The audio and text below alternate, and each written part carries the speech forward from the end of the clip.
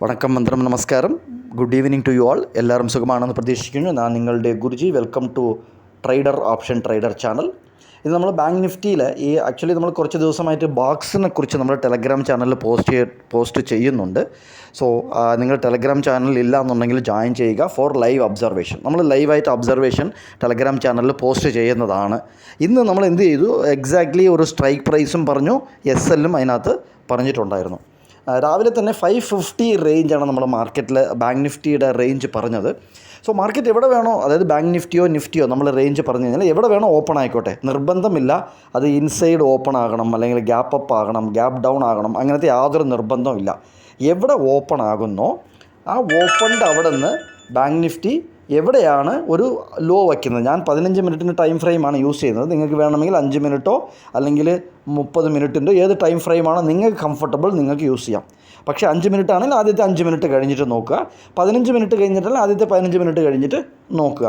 ഇപ്പം നമുക്ക് ഇതിനകത്ത് നോക്കിക്കഴിയുമ്പോൾ ആദ്യത്തെ 15 മിനിറ്റിൻ്റെ ക്യാൻഡലിൻ്റെ ലോ വന്ന് നോക്കിക്കഴിഞ്ഞാൽ 45,453 ഇപ്പം ഞാൻ എന്ത് ചെയ്തു, രാവിലെ 45,453 അവിടെ ലോയിൽ നിന്ന് ഒരു 550 പോയിൻ്റ് ആഡ് ചെയ്തു. അപ്പോൾ ആഡ് ചെയ്യുമ്പം എനിക്ക് കിട്ടിയത് 46,020.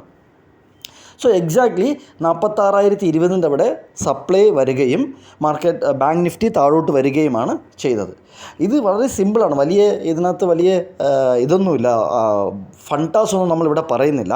നമ്മളിവിടെ സൈക്കോളജിക്കലായിട്ട് അല്ലെങ്കിൽ ലോജിക്കലായിട്ട് നമ്മളിവിടെ ആലോചിക്കുന്നത് ഈ ഓപ്ഷൻ സെല്ലേഴ്സ് എവിടെയാണ് ഇരിക്കുന്നത്.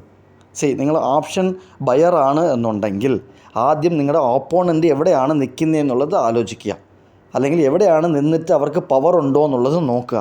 എങ്കിൽ മാത്രമേ ഈ മാർക്കറ്റിൽ സസ്റ്റെയിൻ ചെയ്യാൻ പറ്റുള്ളൂ ലോങ് ടൈമിൽ. സോ ഇത് കുറേ വർഷങ്ങളായിട്ട് ഞാനായിട്ട് കണ്ട് നമ്മളിവിടെ അനാലിസിസ് ചെയ്ത് പോസ്റ്റ് ചെയ്യുന്ന കാര്യങ്ങളാണ്.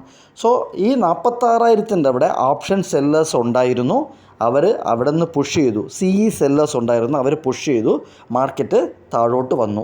ഓക്കെ, മനസ്സിലായില്ലേ? സോ ഇതുകൊണ്ട് നമ്മുടെ ലെവൽ എങ്ങനെയായി റേഞ്ച് കൊടുക്കുന്നതെന്ന് വെച്ചാൽ ഓപ്ഷൻ സെല്ലേഴ്സ് ഏത് റേഞ്ചിലൊക്കെ കളിക്കും, ഏത് റേഞ്ചിലൊക്കെ അവർ സ്ട്രോങ് ആയിട്ട് നിൽക്കും എന്നുള്ളത് നമ്മൾ ഐഡൻറ്റിഫൈ ചെയ്യുന്നുണ്ട്. അത് ഐഡൻറ്റിഫൈ ചെയ്തിട്ടാണ് നമ്മുടെ അവിടെ ഒരു ബോക്സിൻ്റെ ഒരു ലെവൽ നമ്മൾ പറയുന്നത്.